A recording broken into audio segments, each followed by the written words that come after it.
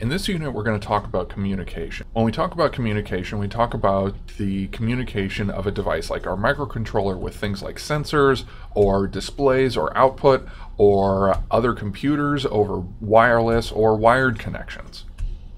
There's a couple of different kinds of communication. The first is called parallel communication. In parallel communication, we present all of the bits of a frame, a piece of data, all at once. So you can see in this little graphic, we have an entire byte being presented at once.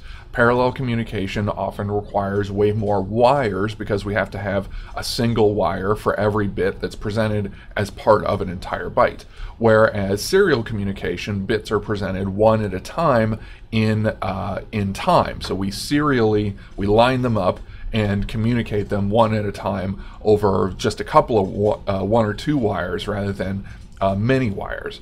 This is inherently slower, but it's often less resource intensive and in terms of wires, right? So wires are way expensive. Time is relatively cheap. So often we see serial-based communication rather than parallel, except when speed is of the essence in things like memory buses and peripheral buses that talk to video cards and external communication on a computer. Those will take a parallel track, whereas most of our serial communication is what's used for computers and microcontrollers to talk to other devices. There's a couple of types of communication roles. The first one is the transmitter and the receiver. Transmitter is the one sending information, and the receiver is the one that's receiving it. These roles, transmitter and receiver, can be traded between two devices if they're communicating if they're communicating back and forth. There's also the master and slave role. The master role always initiates communication. So this is the one that often generates the clock signals and initiates a communication transfer.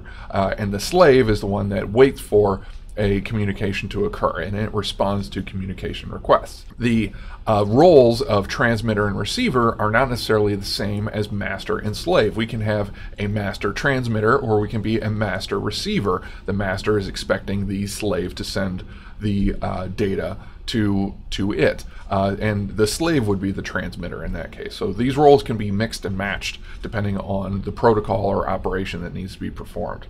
There's also several types of communication directions. The first one is simplex, which is universal, which is unidirectional. Data only flows from the transmitter to receiver, and it never goes the opposite direction. The other side never sends data back.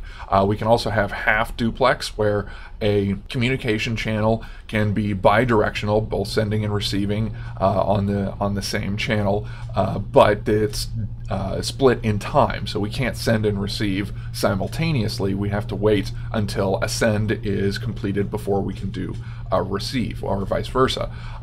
This one often requires the same amount of wires as like a simplex or one-way communication. We're just time sharing that communication channel resource.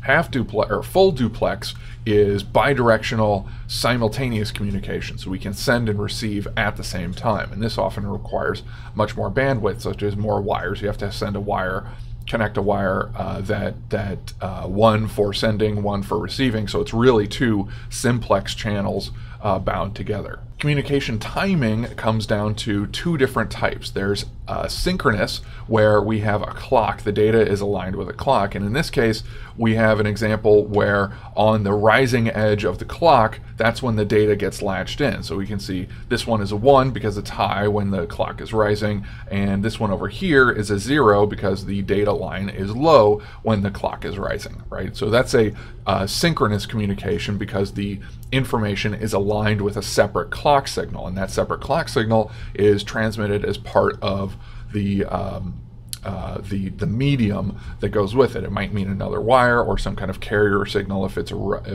a radio system. Then there's asynchronous, which is self-aligned.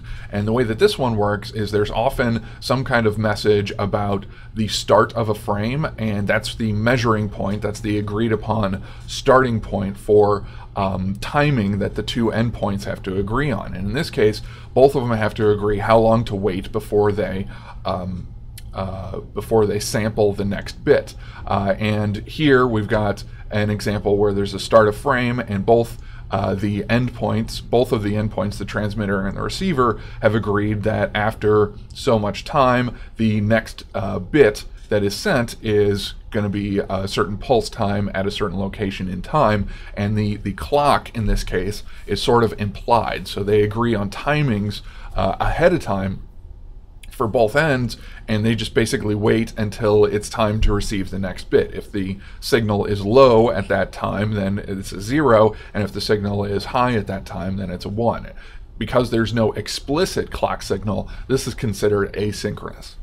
The communication speeds of these channels can be represented in a couple of different ways, and we'll see a couple of units. The first one is bits per second, and this is a lowercase b that is included here. And this is usually these are mentioned when we're talking about asynchronous communication channels, because the clock doesn't define when the transition happens. Some kind of timing signal or some kind of agreed upon timing, which is what this speed is what signals to us. So bits per second is one measurement. There's also bytes or characters per second, which is another timing, and depending on how big a byte is or how many bits are in a character, we're going to have different speeds there. The term baud is often used interchangeably with both of these measurements, which is particularly frustrating. We have to be very detailed in our reading of data sheets and things like that in order to figure out what the baud rate means. It could be either bits per second, or it could be bytes per second, and that's important to realize when we're looking at data sheets and things like that.